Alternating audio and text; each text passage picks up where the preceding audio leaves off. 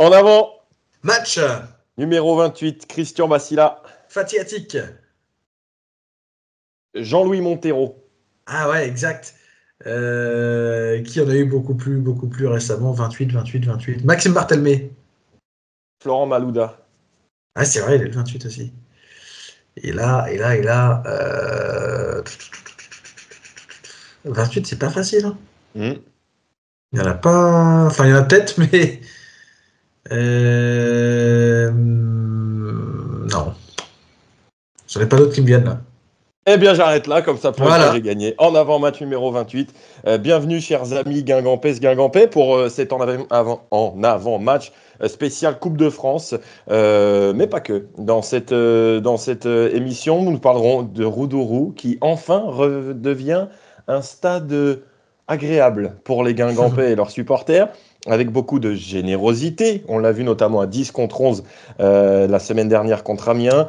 On parlera encore de Jacques Sioué, de sa métamorphose qui est quand même assez bluffante cette saison. Un coup de projecteur sur Dinan pour notre adversaire du 8e tour de la Coupe de France. 10 ans après la dernière confrontation contre ce club. Le journal des anciens avec Pierre Perrault qui prendra la direction du Portugal. Et puis le quiz pour savoir si Steven va continuer sur sa lancée folle de victoires consécutives. Gaëtan, on commence cette émission par un petit bonheur. Après chaque émission post-victoire, les buts à la Guingampaise. Avec aussi Picard, avec aussi Sagna sur le côté droit. Sagna pour Sissoko, centre de Sissoko. Sioué de la tête, Sissoko pour Sioué. C'est la spéciale Guingampaise cette saison. Et l'ouverture du score, 7e passe décisive de Sissoko. 6e but de Sioué. Guingamp 1, Amiens 0. Allez pour Lenny Valier, venu proposer dans l'axe. Valier qui va accélérer, percuter, décaler Hugo Picard. Picard sur son pied droit qui va perdre le ballon. Derrière, c'est pas tout à fait dégagé. Emia qui va frapper, marqué. Et marqué Amine Emia, la frappe du pied gauche à l'entrée de la surface qui vient raser le poteau de Gartner et permettre à Guingamp de mener 2-0 dans cette rencontre. Oui, il sait mettre des buts, Amine Emia, on l'avait déjà vu. Mais il sait aussi en mettre un tout petit peu moins fort, mais aussi bien placé. Amine Emia, Guingamp met 2-0. Sidibé, dommage, à droite il y avait une bonne solution, à gauche il y en aura une aussi, vers Picard, allez, qui va accélérer. Picard face à Eurogillet, Picard pour provoquer dans la surface, Picard pour centrer, et le troisième but Guingampais, à 10 contre 11 Guingamp, qui vient terrasser Amiens avec ce doublé de Jacques Sioué. La déviation dans les 6 mètres. Le 7e but de Sioué sur la passe décisive d'Hugo Picard. La transition parfaite. La transition fatale. La transition idéale des Guingampais pour mener 3-0 face à Amiens. Jacques Sioué, mesdames, messieurs. 3-0, oui, belle soirée à Roudourou, hein, vendredi soir. On commence un peu à être habitué. Alors, je sais pas si c'est le mot, ou faut peut-être pas le dire trop vite, mais on a quand même beaucoup de soirées avec beaucoup de buts cette saison à domicile. C'est, je crois, déjà la 5e fois que Guingamp marque au moins 3 buts à la maison, puisqu'il y avait eu 3, le Red Star, Grenoble, Amiens et Caen également. Donc 5 fois, c'est quand même pas rien. Ouais, 19 buts inscrits sur les 8 premiers matchs de championnat. On est allé rechercher dans le temps et il faut remonter assez loin pour retrouver trace d'autant de buts sur les 8 premiers matchs de championnat. J'insiste bien sur le championnat parce qu'en national, sur les 8 premières journées, à domicile, 22 buts. C'était la dernière fois où Guingamp avait plus marqué sur les 8 premières journées à domicile et c'était notamment venu dans un deuxième temps parce qu'il y avait eu des 1-0, 0-0 au début du championnat, mais c'était ensuite à partir de septembre où ça avait accéléré. Il y a eu un 5-0 contre Gap, 2 fois 3-1 contre Fréjus et le Plabennec de Christophe Kerbrat. Et puis ça s'était terminé, la série des 8 premiers matchs, par un fameux 6-3 contre Alfortville. Et pour remonter encore plus loin dans le temps, 1993, la première année de Smereki en National 1, 24 buts sur les 8 premiers matchs pour les Guingampais, 5-0 contre La Roche-sur-Yon, 4-2 contre Brest, 7-1 contre Épinal, et sur le 9e match, il y avait même eu un 5-0 contre Ancenis, ou Anceny, je ne sais jamais. Anceny là-bas. Mais donc, vous remarquez que en Ligue 2 ou en D2, je me suis arrêté à 93 dans les recherches, donc plus de 30 ans. Jamais Guingamp n'avait plus marqué sur ses 8 premiers matchs en Ligue 1 ou en Ligue 2 à domicile. Et ça note bien quand même un changement presque du tout au tout, Gaëtan, par rapport à ce qu'on connaissait notamment l'année dernière. Bah oui, l'année dernière, c'est pas forcément une équipe qui prenait beaucoup moins de points, mais c'est une équipe qui était beaucoup plus prudente. Prudente, sage. C'est souvent le mot scolaire qui était ressorti sous les saisons de Dumont. Une équipe qui marquait pas beaucoup, mais qui prenait pas non plus beaucoup de buts. Là, c'est un peu plus le contraire, quoique Guingamp reste finalement là sur 3 matchs d'affilée sans prendre de but à domicile. Donc c'est quand même pas rien non plus. C'est 5 clean sheets en 14 journées.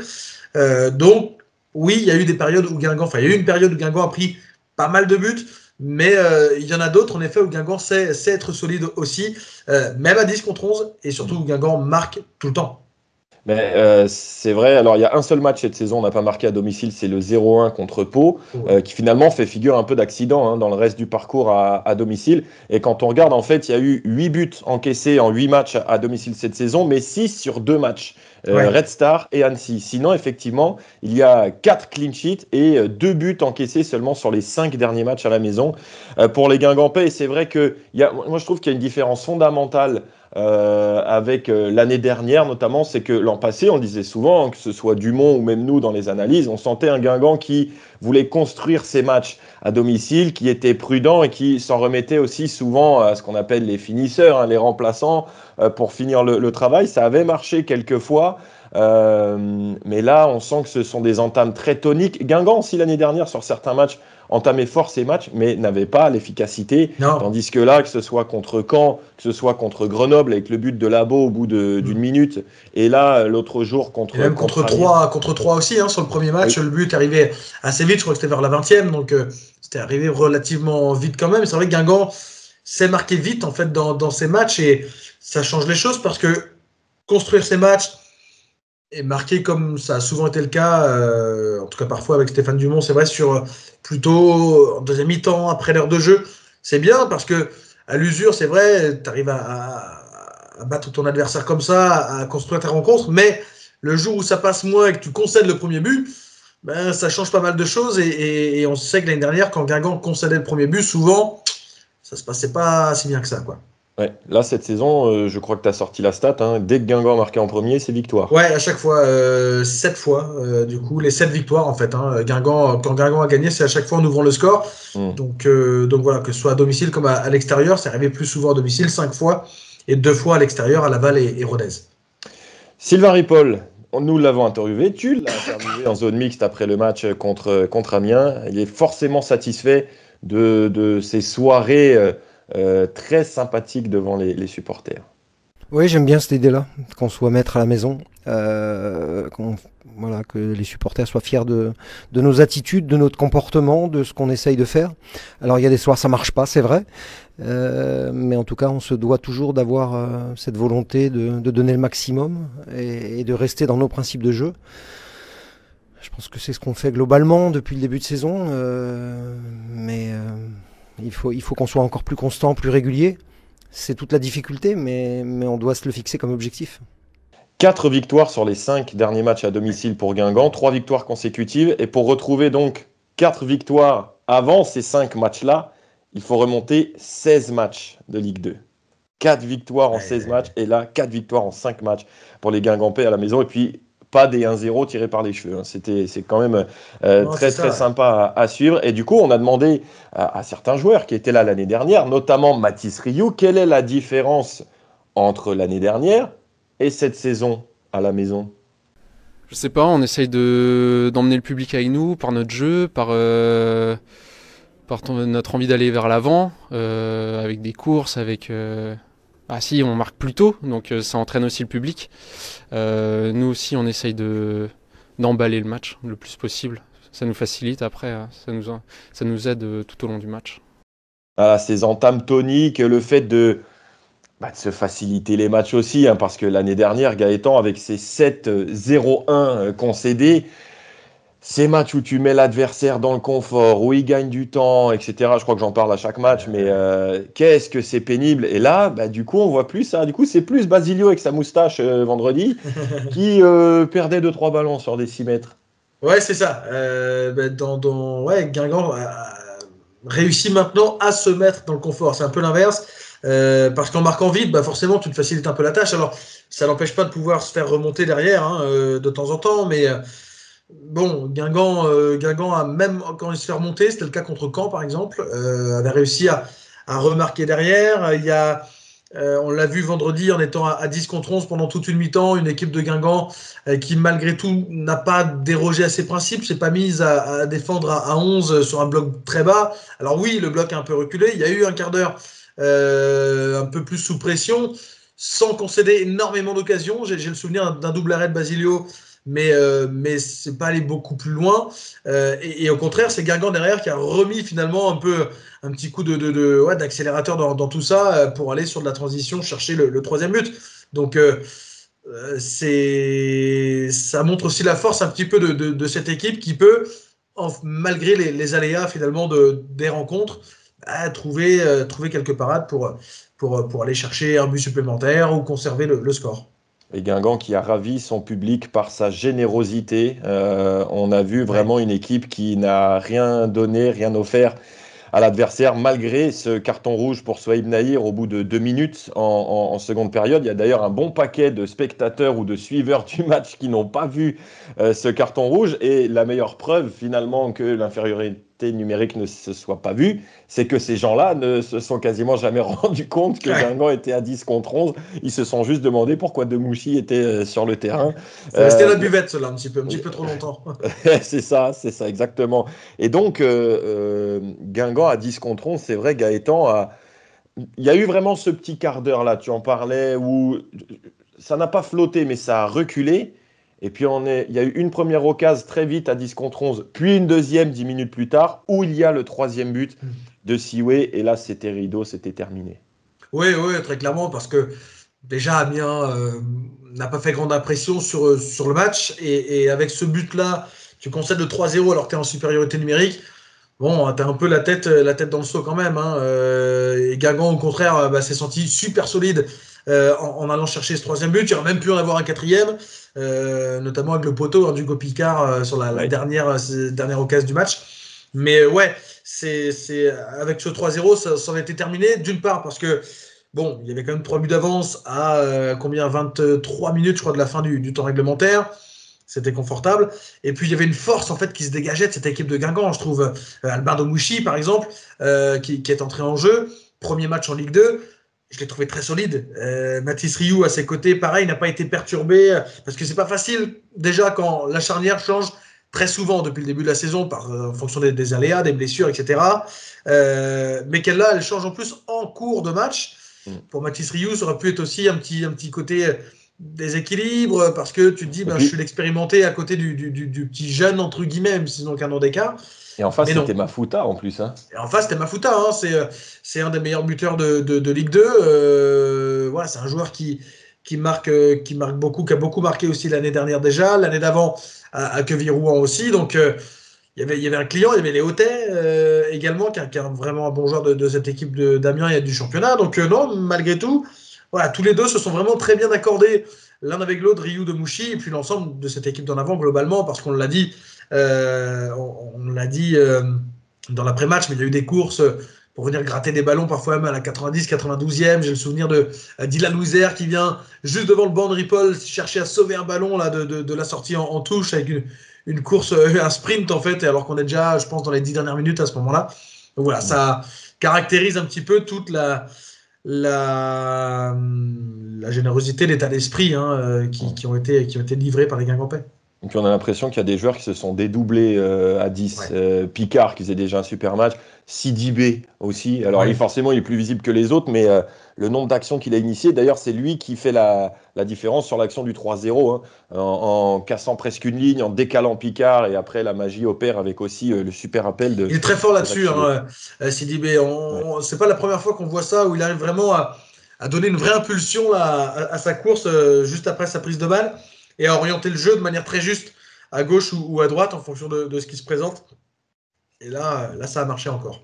Ouais, donc vraiment un superbe état d'esprit des Guingampais vendredi contre Amiens. Et forcément, on en a parlé avec Sylvain Ripoll et Hugo Picard. Oui, ce soir, ça a bien fonctionné. Les joueurs étaient dans le mouvement, dans la spontanéité du jeu, dans la fluidité. Et ils ont été relativement justes techniquement, avec l'envie de jouer ensemble. Et ce qu'on peut retenir ce soir et qui nous fait plaisir, c'est ce visage collectif en fait.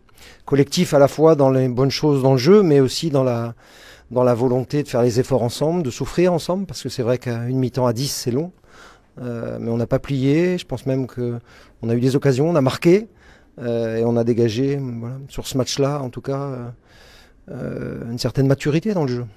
On s'est vraiment réunis, on s'est sentis comme une famille, on se battait les uns pour les autres. C'est ce qui a fait que notre force ce soir. Et quand on regarde, personne n'a triché. Donc au final, on a réussi à mettre un troisième but et ça les a un petit peu assommés. Donc on est très contents. Est-ce que c'est pas le match où l'équipe s'est le plus battue comme ça? Alors il n'y avait pas eu ce genre de contexte aussi, une mi-temps à 10, mais on a vu des courses même à la 90, 92e que je ne veux pas dire qu'on voit pas habituellement, mais qu'on a vu plus que d'habitude encore. Forcément, quand tu es à 10, il y a beaucoup plus d'espace pour l'adversaire, donc c'est à nous de combler ça. Et c'est pour ça qu'on se bat les uns pour les autres et on sait ce qu'on veut aussi. On veut jouer quelque chose cette année, donc il faut passer par des moments comme ça et ce soir on l'a fait. Voilà, donc des Guingampais qui ont régalé le Roudourou avec un joueur, auteur de son premier doublé en professionnel, qui n'en finit pas de nous épater cette saison par ses progrès, par son talent. C'est Jacques Sioué. Gaëtan, comment tu... Imagine, tu es en juillet. On te dit que Sioué est à 7 buts après un tiers du championnat. Qu'est-ce que tu nous réponds ? Qu'on a du mal à y croire quand même. On avait vu un Jacques Sioué l'année dernière. Alors, on l'a vu un petit peu en 2022-2023, très peu. Un petit peu quand même. Il avait marqué d'ailleurs contre Dijon. On l'a surtout vu à partir de la saison passée, 2023-2024, avec beaucoup d'entrées en jeu, quelques titularisations, mais surtout beaucoup d'entrées en jeu qui étaient rarement convaincantes. En pointe, sur le côté, on ne savait pas trop où ça pouvait mener tout ça. On sentait parfois même un petit peu perdu dans tout ça, dans cette attaque. Alors, qui on l'a dit, notamment à domicile, n'était pas toujours non plus très inspiré d'une manière générale, l'attaque. Mais Jacques Sioué n'arrivait pas forcément à ce moment-là à tirer son épingle du jeu, sauf qu'à partir du match à Dunkerque, son premier but de la saison, on a senti comme déjà alors déclic, je sais pas, mais un changement, tout simplement, dans une vraie évolution en tout cas. Il y a ce but-là, il y a celui contre Saint-Etienne qui est arrivé la semaine d'après ou quasiment, c'était quasi dans la foulée. C'était pas longtemps après, je crois qu'il y avait eu Bastia peut-être entre-temps quand même, mais un deuxième but qui est arrivé assez vite. On s'est dit, bon, c'est plutôt prometteur, enfin en tout cas ça peut donner de l'espoir, mais malgré tout, voilà, personne n'a terminé la saison précédente en se disant Jacques Sioué sera le meilleur buteur l'année prochaine après 14 journées, meilleur buteur de Guingamp. Non, mais il y a eu aussi la prépa qui a peut-être donné un indice supplémentaire sur sa progression, mais de là à imaginer en effet que Jacques Sioué soit à 7 buts en 14 matchs, c'est-à-dire un but tous les 2 matchs en moyenne. Sachant qu'il en a loupé un, non ? Il a loupé un match. Il a loupé un match, donc pour lui, la moyenne est même un peu plus élevée encore. Bah non, on pouvait pas forcément, on pouvait pas l'imaginer il y a 4 mois. 4-5 mois. Écoutez, justement, il y a 12 mois, quasiment un an jour pour jour, cette interview de Jacques Sioué qui vient d'étraîner sa première titularisation en professionnel avec En Avant, c'était à Saint-Malo, un match très compliqué remporté au tir au but par les Guingampais au 7e tour. On rencontre Jacques Sioué qui à l'époque faisait beaucoup d'entrées en jeu mais n'était pas assez impactant. Écoutez cet extrait. Quel regard justement toi tu portes sur ta saison, tes entrées en jeu, etc. Qu'est-ce que tu dois améliorer pour rentrer plus longtemps et être titulaire en Ligue 2 ? Pour que je rentre plus longtemps, je pense quand je rentre amener encore plus de folie, encore plus de profondeur, encore plus de course. ce que je fais un peu moins en début de saison là. Faut que je le fasse encore plus. Je continue à travailler pour. Et je pense que petit à petit, je rentrerai dans les plans du coach à rentrer plus tôt dans le match. Mais voilà, ramener plus de folie, faire la différence surtout en fin de match quand on a besoin de moi. Par exemple, quand il y a 0-0, marquer des buts, faire gagner les matchs. Parce que je suis là aussi pour finir le travail des collègues. Donc voilà, après, c'est ce que je vais faire pour m'améliorer petit à petit dans la saison. Et je pense qu'en deuxième partie de saison, ça peut le faire aussi. Et un an plus tard, Jacques Sioué est titulaire indiscutable de l'équipe de Sylvain Ripoll, parmi les meilleurs buteurs de Ligue 2. Quel est l'aspect de son jeu, Gaëtan, selon toi, qui a le plus progressé depuis un an et puis même depuis le début de saison finalement?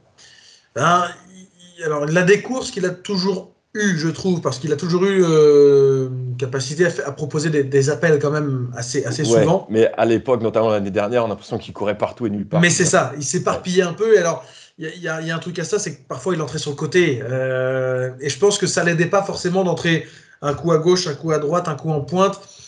On avait l'impression qu'il avait un peu du mal à se positionner aussi dans tout ça. Les efforts sont pas les mêmes à produire et que du coup ça le forçait, mais en tout cas ça le poussait un peu à s'éparpiller quand même. Et là, ses appels sont beaucoup plus déjà tranchants, sont beaucoup plus justes. Il y en a d'ailleurs en première mi-temps contre Amiens, il y en a eu plusieurs où je l'ai vu parfois un peu pesté parce qu'il n'a pas été servi alors qu'il demandait le ballon à la limite du hors-jeu et que ses appels étaient vraiment bons. Il y a ça, et puis il y a sa capacité à garder les ballons devant, à faire remonter le bloc, à garder les ballons et derrière à dévier droite-gauche en fonction de ce qui se présente là aussi. Mais ça, c'est vraiment la grande progression, je trouve, dans un rôle un peu plus de l'ombre, ça, parce que autant les appels, c'est ce qui t'amène à te retrouver en position de frappe, d'avoir des occasions régulièrement, autant ce rôle-là de pivot, un petit peu comme on l'appelle parfois, ou qui permet de caler les ballons, c'est un peu plus un rôle de l'ombre, parce que c'est pas ça qui te fait marquer les buts sur le coup, en tout cas.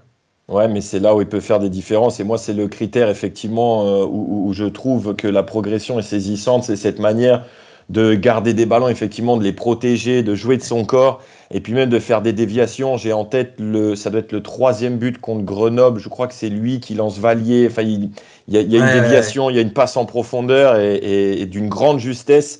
Et je trouve que voilà, il marque des buts, on retient ses buts. Mais il y a beaucoup d'autres choses autour dans la palette aujourd'hui de Jacques Sioué. Et puis aussi ses appels au premier poteau. Hein. Il appelle ça la connexion Bluetooth avec Sissoko.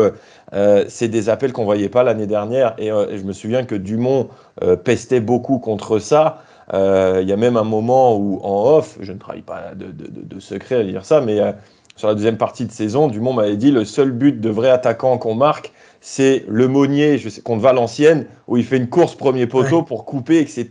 Parce que c'est vrai qu'à un moment, on voyait Loisani et Guillaume qui attendaient presque le ballon dans la surface et qui ne faisaient pas vraiment d'appel. Et je trouve que Sioué, sur ces courses-là, ces appels premier poteau ou autre, ou en profondeur, explique aussi pourquoi Guingamp a marqué autant de buts depuis le début de saison. C'est qu'il est insaisissable et, pardon de l'expression, mais très chiant à jouer pour ses adversaires. On se souvient encore d'une interview d'un joueur de Rodez que tu avais interviewé après la victoire là-bas et qui avait dit que c'était un sacré client en Ligue 2. Et puis, ce qui est intéressant aussi pour Sioué, il le disait dans sa petite interview qu'on a entendue tout à l'heure sur le match de Saint-Malo, c'est qu'il disait, voilà, quand je rentre à 0-0, il faut que je sois capable de marquer le but du 1-0. Il l'a pas beaucoup fait l'année dernière, ça avait été le cas à Dunkerque, mais là, quand on regarde ces 7 buts cette saison, il y a 4 ouvertures du score. Voilà, c'est pas que le but du 3-0 contre Amiens l'autre jour. Non. Laval, Rodez, Caen, Amiens, et quand on se parle de faciliter les matchs, on le disait tout à l'heure, c'est quand même plus facile quand tu es un joueur capable aussi de marquer ses premiers buts.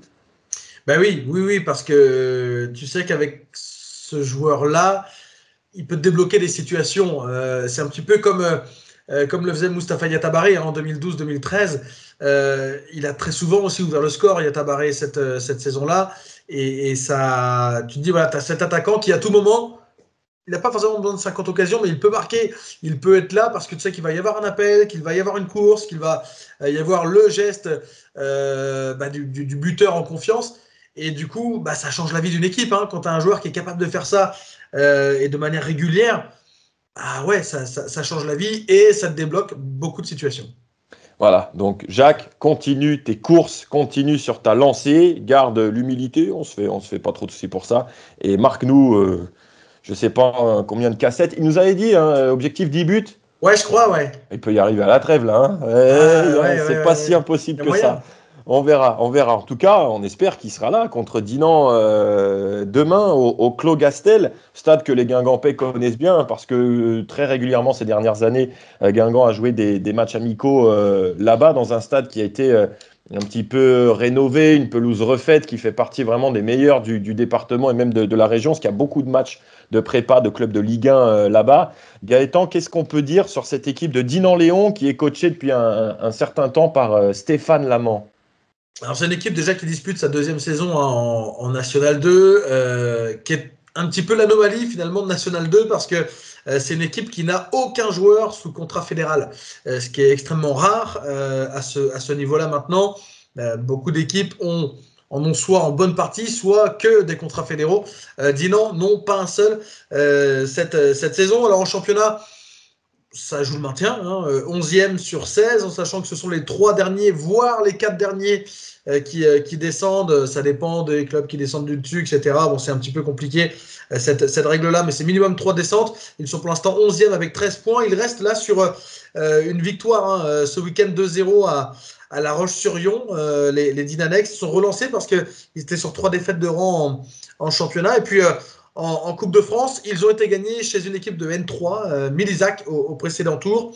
Ils menaient 1-0, ils ont été remontés à un but partout et ils ont gagné au tir au but de 1. C'est une équipe qui est habituée au parcours en Coupe de France. Dinan, de mémoire, était allé l'année dernière jusqu'au 8e tour de la Coupe de France, 8e ou 32e. Vous savez quoi, je vais vérifier en même temps. 32e, ouais, c'est ça. Oui, contre Reims, exact. Défaite 3-0, je crois, au Clos Gastel contre Reims. Donc, c'est une équipe qui est habituée au parcours de coupe, que Guingamp a déjà rencontré en coupe, 2014-2015 notamment.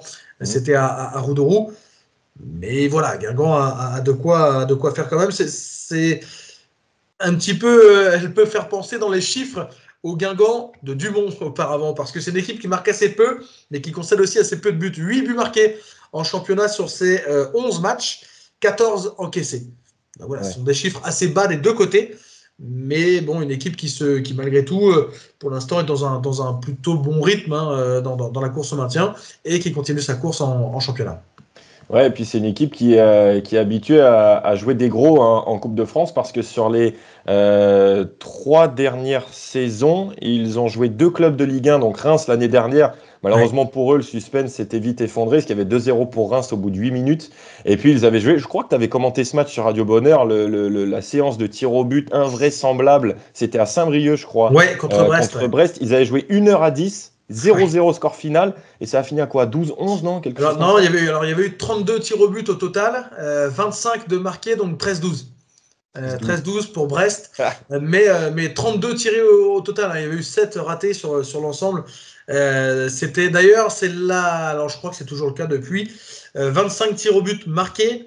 C'est un record à partir des 32e de finale en Coupe de France. Jamais une séance n'a proposé autant de tirs au but marqués en Coupe de France à partir des 32e. Et puis oui, un club habitué à rencontrer des clubs pro, parce qu'on parlait de 2014-2015, ils avaient rencontré Guingamp, les Dinanais, mais ils avaient aussi battu Angers la saison-là, juste avant de rencontrer en avant. Donc, et Angers qui menait 1-0 d'ailleurs. Ouais, en plus, Dinan avait gagné 2-1, après Guingamp avait gagné 3-0 à Roudourou. Mais régulièrement, il y a des parcours, et régulièrement des parcours qui amènent face à des clubs de Ligue 2 ou de Ligue 1. Je me souviens, ce match, j'avais commenté sur Radio Bonheur, Dinan, Léon, Angers, et le lendemain, il y avait Reims-Guingamp. Donc j'avais pris un train super tôt, parce que le match à Reims, c'était à 17h. J'avais traversé toute la France après ce... Mais c'était une période incroyable, parce que c'était à ce moment-là aussi qu'il y avait eu PAOK Guingamp, Guingamp PSG, etc. Et le Dinan-Guingamp à Roudourou, c'était Dinan-Léon-Guingamp. C'était pas Guingamp-Dinan-Léon. Parce qu'à l'époque, Castel n'était pas homologué, quoi. Et il me semble que le Cap Rouge était dans le parcage visiteur ce ça. jour-là, et qu'on avait peint... bizarre, Ouais, et on avait peint la pelouse Oui. en vert en bas de la présidentielle parce qu'elle était absolument ravagée. C'était avant la pelouse hybride. Bon, ça ne nous rajeunit pas, mais c'était des beaux souvenirs. Voilà, match à suivre donc demain, match à 18h, coup d'envoi sur la Guingampèse à 17h45 pour tout savoir sur ce match qui peut être un petit traquenard, un petit piège. On va voir si en avant fait respecter la hiérarchie. Journal des anciens, présenté aujourd'hui par Pierre Perrault. Et apparemment, je ne sais pas s'il va parler portugais, mais on va parler Portugal. Place au journal des anciens, votre nouvelle rubrique consacrée à l'actualité des anciens joueurs passés par En Avant. On va se consacrer cette semaine aux Guingampais qui ont décidé de quitter la France pour le Portugal. Ils ont été 4 à le faire cet été. Baptiste Roux, Mehdi Merguem, Jérémy Livolan et Amine El Ouazani. Ce dernier qui a rejoint le Sporting Club de Braga à la trêve estivale, le club d'un certain Sikou Niakate, l'ancien défenseur central d'En Avant qui lui évolue depuis 2022 au Portugal. Les deux hommes réalisent un début de saison plutôt moyen avec leur équipe, 5e du championnat portugais et 26e de la nouvelle version de la Ligue Europa, puisque oui, Braga est engagé en Coupe d'Europe après avoir passé les barrages, notamment grâce à 3 buts marqués par Amine El Ouazani lors de ses tours préliminaires. L'attaquant marocain qui en est actuellement à 7 buts et une passe décisive, toute compétition confondue. C'est pour le moment le meilleur bilan des anciens exilés au Portugal. Ce week-end sera l'occasion pour les deux joueurs de Braga d'affronter le club d'AVS, le club de Baptiste Roux, le défenseur qui a passé plus de 10 ans à Guingamp dans les Côtes-d'Armor et qui a joué plus de 80% des matchs en tant que titulaire dans sa nouvelle équipe qui est actuellement 13e du championnat portugais. Pour Mehdi Merguem et Jérémy Livolan, c'est un bilan assez similaire. Les deux hommes se sont d'ailleurs affrontés il y a quelques semaines pour un score final d'1 but partout. Livolan qui a même lui inscrit son premier but le week-end passé avec son club de Casa Pia, c'était en Coupe du Portugal. On va justement l'écouter. Il raconte pour nous son début d'aventure au Portugal. Bonjour à tous, bonjour à tous les supporters de l'En Avant de Guingamp. Bonjour Pierre, merci de ton invitation. J'ai rebondi à Casa Pia, un club basé à Lisbonne, qui est un club exactement comme Guingamp, avec les mêmes valeurs, et de découvrir un nouveau championnat. C'est pas évident d'aller dans un autre pays pour la première fois. Il y a toujours cette petite peur. Mais voilà, c'est vrai que cette peur a été enlevée directement quand j'ai été accueilli par les dirigeants et ensuite quand j'ai découvert le groupe. Donc voilà, j'avais un petit temps d'adaptation. Je suis arrivé mi-septembre, chose qui est assez tard dans un mercato, même si j'étais libre après mon départ non maîtrisé de Bordeaux malheureusement. Et voilà, le projet qui m'a été proposé à Casa Pia a été très intéressant. D'une part parce que c'est un projet Ligue 1 au Portugal, et d'autre part parce que je m'y retrouvais aussi au niveau pour ma famille. Le portugais c'est pas évident, mais voilà, j'essaie d'apprendre cette langue aussi parce que je veux respecter aussi les Portugais. J'aime bien arriver dans le pays pour pouvoir communiquer avec tout le monde. Donc je suis en train de prendre des cours avec ma femme pour pouvoir parler avec tout le monde, donc apprendre le portugais. Et voilà, donc c'est un peu une aventure cet été qui n'était pas évidente, mais aujourd'hui voilà, j'ai pu retrouver le sourire après 2 ou 3 mois où c'était difficile pour moi, et de devoir tout quitter comme ça après 1 an d'être parti de Guingamp. J'ai pu m'entraîner aussi cet été avec l'En Avant, la réserve de l'En Avant. Donc je voulais vraiment remercier la direction du président à Jérémy Sorbon qui ont été extraordinaires pour moi, et remercie bien évidemment Jean-Baptiste Lebescon et son adjoint Pierre-Alexis qui ont été remarquables envers moi, qui m'ont fait bosser dans de très bonnes conditions. Et bien évidemment, merci au groupe de N3 qui m'ont bien accueilli. Les jeunes m'ont vraiment bien accueilli, respecté.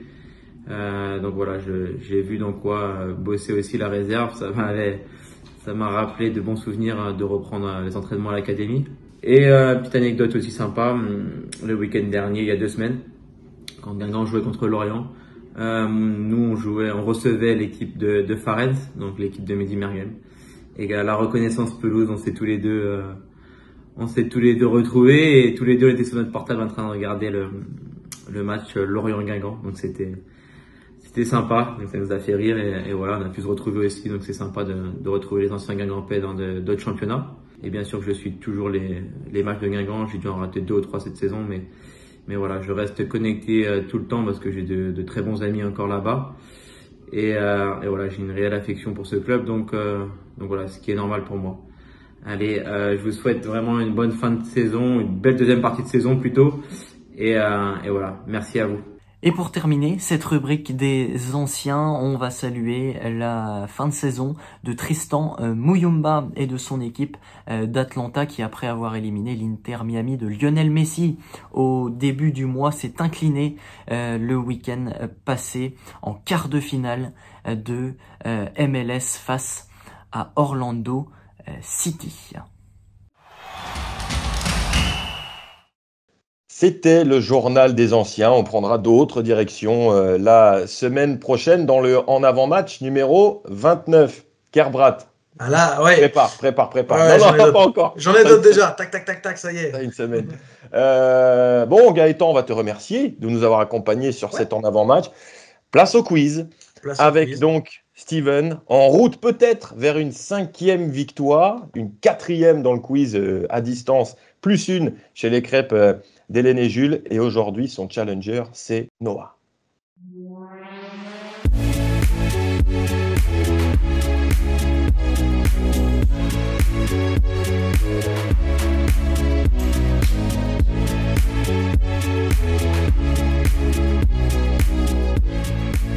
Guingampais, c'est le moment que vous attendez toutes et tous. Le quiz pour terminer cet En Avant match numéro 28. Steven, l'indétrônable, est encore là. Ça va, Steven?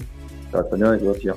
Ouais, moi ça va. Moi je suis pas trop stressé. Est-ce que Robin, le challenger, l'est un peu plus? Ah, forcément un petit peu stressé, mais bon, on va voir ce que ça va donner. Voilà, on va voir si tu es capable de briser la série de Steven qui est à 3 victoires plus 1 dans nos quiz. 3 victoires dans le quiz des supporters comme vous le voyez ici, et puis 1 chez les crêpes d'Hélène et Jules. Donc tu as déjà le petit cadeau, Steven, je crois que Gaëtan te l'a dit l'autre fois, avec le décapsuleur et la casquette à la guingampaise. Si tu gagnes aujourd'hui, ça ferait donc 5 victoires, et on ajouterait donc 1 tasse au pack. Et attention, à 10 victoires, c'est une soirée avec Gaëtan Pinel. Parfait. Ça vaut le coup de continuer. Alors les amis, toujours 3 manches dans ce quiz, mais pour vous départager, d'abord pour savoir qui va avoir la main, nous avons la question, je dirais subsidiaire, en tout cas le TOS. Chers amis, demain c'est Dinan-Léon, Guingamp. Combien y a-t-il de billets disponibles pour les Guingampais dans le parcage? Celui qui s'en rapproche le plus commence. Steven, 300. 300 pour Steven. J'aurais dit 200.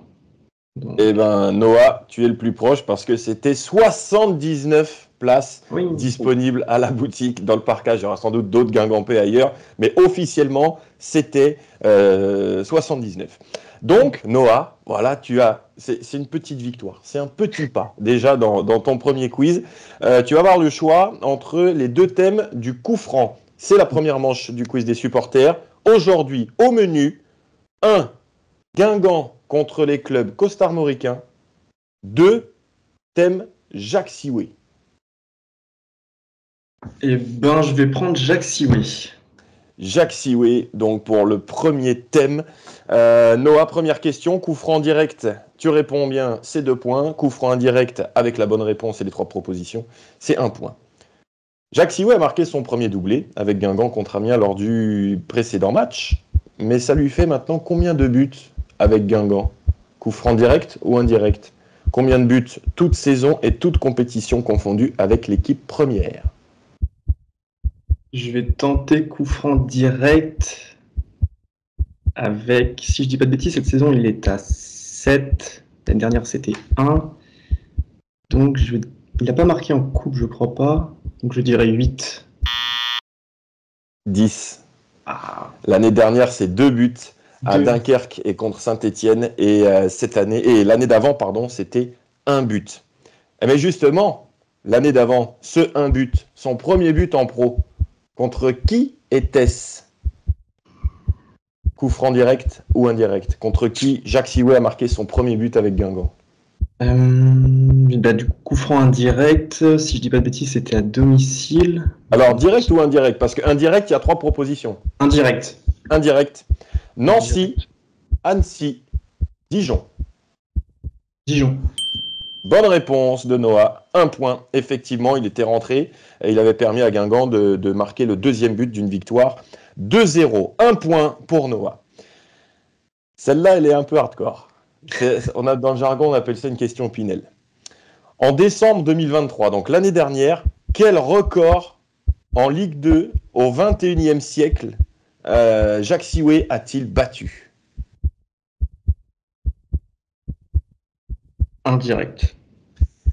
Le plus grand nombre d'entrées en jeu sans jamais avoir été titulaire, le plus grand nombre de tirs non cadrés sur une saison, ou le sprint le plus rapide? Je dirais la première réponse.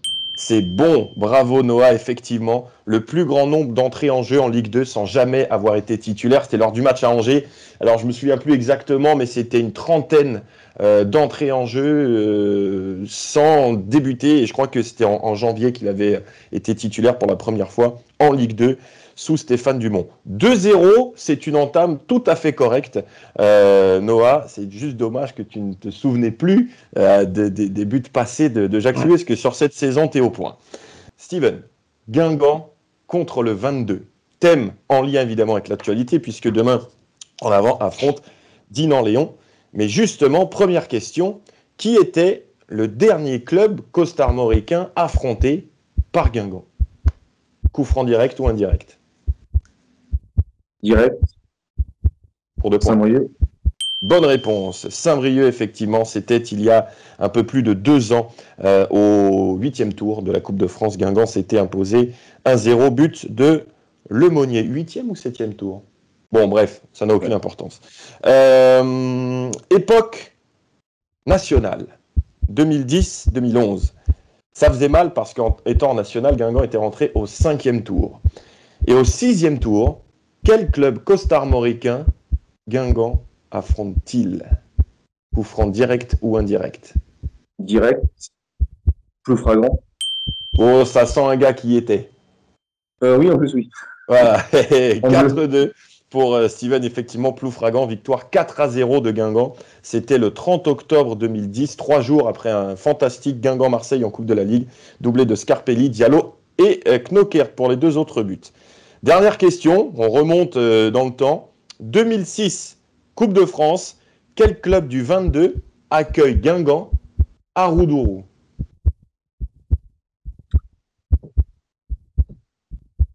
Indirect. Indirect. Nous avons Lannion, Grasse ou Perros-Loanec. Lannion. Bonne réponse, ça fait 5 points, 5-2. Noah, t'as vu, c'est un tueur. Hein. C'est compliqué. Très pointu. Très pointu. Bravo, Steven. 5 sur 6, donc, sur cette épreuve du coup franc. On va passer maintenant à un thème que Steven connaît. Je crois que tu en as eu depuis que tu es notre champion du quiz. Et même dans les autres quiz, ce sont des scénarios.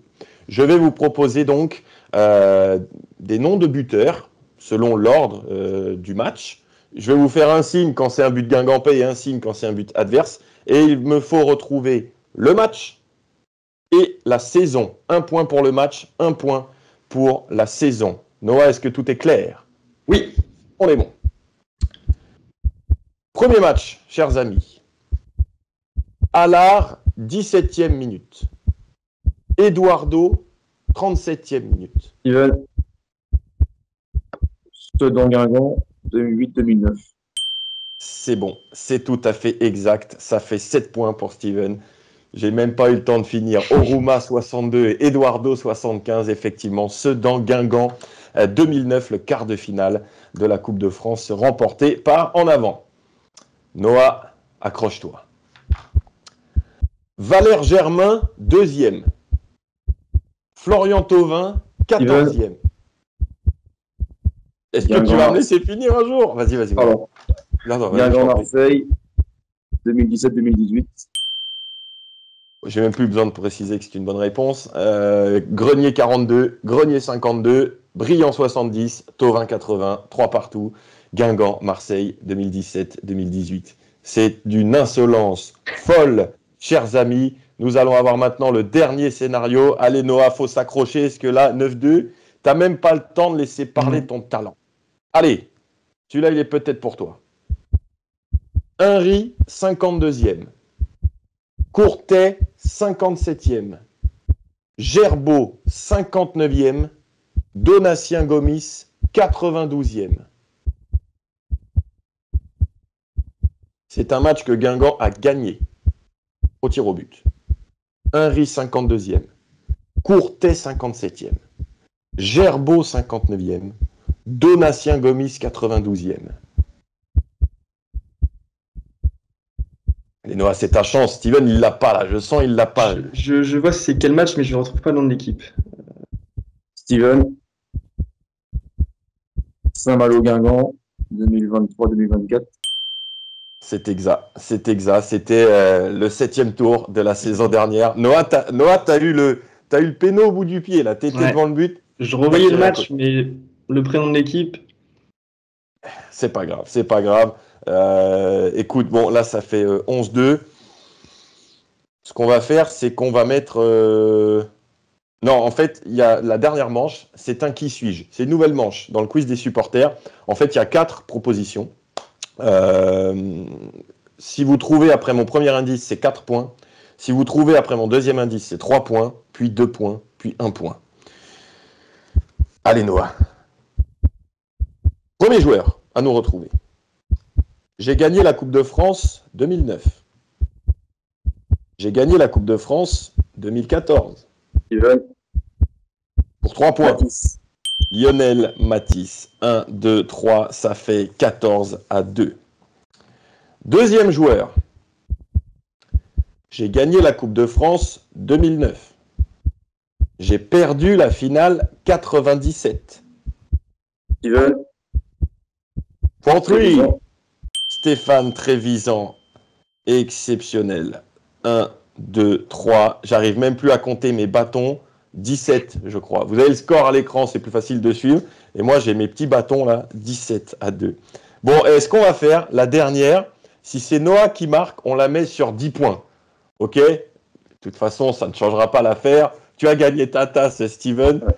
Noah, vas-y. Pour toi, ça. J'ai perdu la finale de la Coupe de la Ligue 2019. J'ai perdu la finale de la Coupe de la Ligue 2005. Je suis toujours à Guingamp comme coordinateur sportif. Le coordinateur sportif de Guingamp aujourd'hui, Noah. Il y a eu un article sur lui la semaine dernière dans le Télégramme. Steven, est-ce que j'ai le droit de lui donner un dernier indice? Oui, oui, oui. Si je te dis Kerbrat, Hein. si je te dis Kerbrat, tu me dis Sorbon. Bravo! 10 points, 17-12, c'était ultra serré, les amis. Non, franchement, Steven, bravo, c'est une machine. Je pense qu'il est là pour 3 ans. Noah, je sais pas ce que t'en penses. Très fort, très fort, très fort. Très, très fort. Bon, écoutez, voilà, c'est la fin de ce quiz. Steven, bravo, 5 victoires. La Manita aujourd'hui, donc, pour gagner, en plus de la casquette et du décapsuleur, une tasse de ton choix. Parce qu'on a la tasse à la Guingampaise, on a la tasse 2009 et on a la tasse 2014. Parce que là, déjà, tu sais ton choix ou tu as besoin d'une semaine pour réfléchir? 2014. 2014, j'irai ça 30 mètres, c'est pas mal. Voilà, chers amis Guingampaises, Guingampais, c'était en avant-match numéro 28. Merci Steven, merci Noah de ta participation. Bon match, Dinan-Léon, Guingamp, c'est demain, match à 18h, coup d'envoi sera la Guingampaise à 17h45. Salut. Salut.